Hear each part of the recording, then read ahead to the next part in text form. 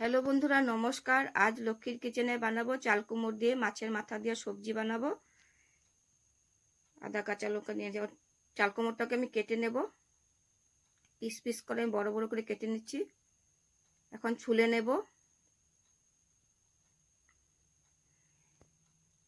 সব কটা ছুলা হয়ে গেছে, এখন জিরি জিরি করে কেটে নিচ্ছি। কাটা হয়ে গেছে। এখন মাছের মাথাও হলুদ লবণ দিয়ে মেখে নিচ্ছি। মশলাও রেডি করে নিচ্ছি। জিরা, পেঁয়াজ, আদা কাঁচা লঙ্কা টমেটো কেটে নিয়েছি। কড়াই গরমে তেল দিয়ে দিয়েছি।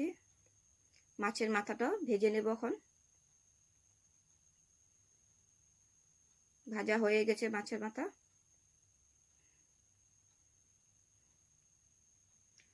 শুকনো লঙ্কা তেজপাতা দিয়ে দেব,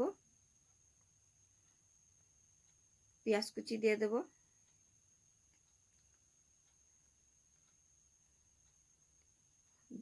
ডালগুলি ধুয়ে রেখেছিলাম সেটাও দিয়ে ভেজে নেব ভালো করে।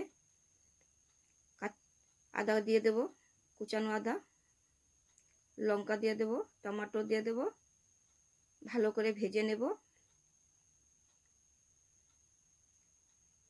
এখন মশলা রেডি, জিরা ধনিয়া হলুদ দিয়ে এখন ভালো করে ভেজে নেব। মাছের মাথাটাকেও মশলার মধ্যে ভেজে নেব। ভাজা ভাজা হয়ে গেছে। এখন চাল কুমড়টা আমি দিয়ে দেব। পরিমাণ মতো নুন দিয়ে দেব,